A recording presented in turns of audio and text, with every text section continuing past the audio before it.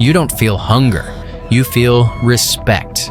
Respect for what you are about to do, for the cold that cuts like an invisible knife, and for the food that is not cooked but survived. Starting the day in Yakutia doesn't mean serving yourself a hot plate. It means confronting the ice, even when it comes in the form of breakfast. The temperature doesn't invite, it commands. Minus 45 degrees Celsius forgives neither mistakes nor whims.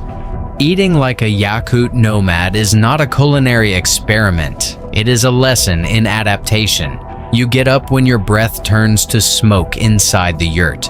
The sound of the frozen fabric creaks like dry paper. There is no aroma of bread, no crackling fire. The day begins with white stillness and a knife. In front of you, a block of fish, not cooked, not seasoned, but a solid piece of frozen flesh. Stroganina, the essence of the Yakut diet. The preparation is a ritual carried out with surgical precision. You take a long, thin, sharp knife and begin slicing ultra-thin strips that fall like wood shavings onto a birch board. No steam, no cooking.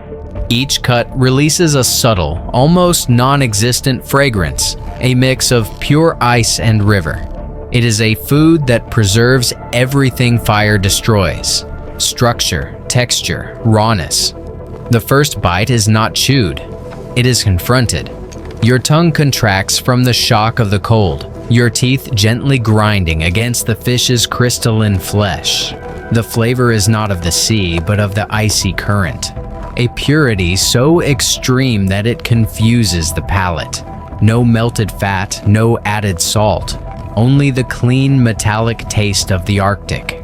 Yakuts accompany it with a touch of salt or pepper, sometimes mustard or vinegar, but the true tasting is without mask, without disguise. Your body reacts slowly. The cold of the bite travels inward, as if you were swallowing a piece of winter. But what surprises you is not the discomfort, but the energy you feel minutes later. The fish, rich in protein and omega-3 fats, acts as fuel for endurance. Blood circulates faster, your face flushes slightly, your stomach appreciates the density. Here, you don't eat for pleasure, you eat to endure. The traditional Yakut diet was born from the need to survive where nothing grows. Fire is reserved for warmth, not cooking. That is why, in addition to raw fish, Yakuts consume horse meat, rich in iron and fat, cut into thick pieces, sometimes air-dried, other times briefly boiled when the luxury of heat allows. Each portion is designed to provide lasting energy, not fleeting pleasure. At midday, when the sun barely rises above the horizon and paints the sky pale copper, Yakut herders share their second meal of the day. More fish, sometimes meat, sometimes frozen marrow. Everything is eaten quickly, with hands hardened by the cold, without conversation. Silence is part of the feast. Here, talking while eating is not custom, it is distraction. The body begins to change in the first days. You lose the traditional sense of hunger, that anxiety dictated by schedules. Your metabolism enters a concentrated calm, as if it knows each meal is not indulgence but a contract with the environment. Lips crack, fingers stiffen, but the eyes become more alert. Eating like a Yakut nomad is an act of total presence. Every bite is survival. Night arrives early, wrapped in a heavy silence. Inside the yurt, the air smells of leather, distant smoke, and winter-cured hides. You sit on a reindeer pelt, cut another piece of stroganina, bring it to your mouth, and for a moment, you understand that you are participating in something older than any kitchen. It is not a diet. It is ancestral memory. Horse meat, served on special occasions, comes as an offering. Dark, fibrous, rich. The flavor is intense, almost sweet. It contrasts with the neutrality of the fish and breaks the monotony with a depth that reminds you that here every animal is valued more for its strength than its taste. The horse is a symbol of vigor, of respect, and eating it is absorbing a part of its resilient spirit. And so, between ice, knives, and silence, you spend the first days. You learn to cut without trembling, to taste without expectations, to chew the cold as one chews a lesson. Modernity taught you to seek pleasure in every bite. Yakutia teaches you to seek respect, because here, food does not warm. You learn.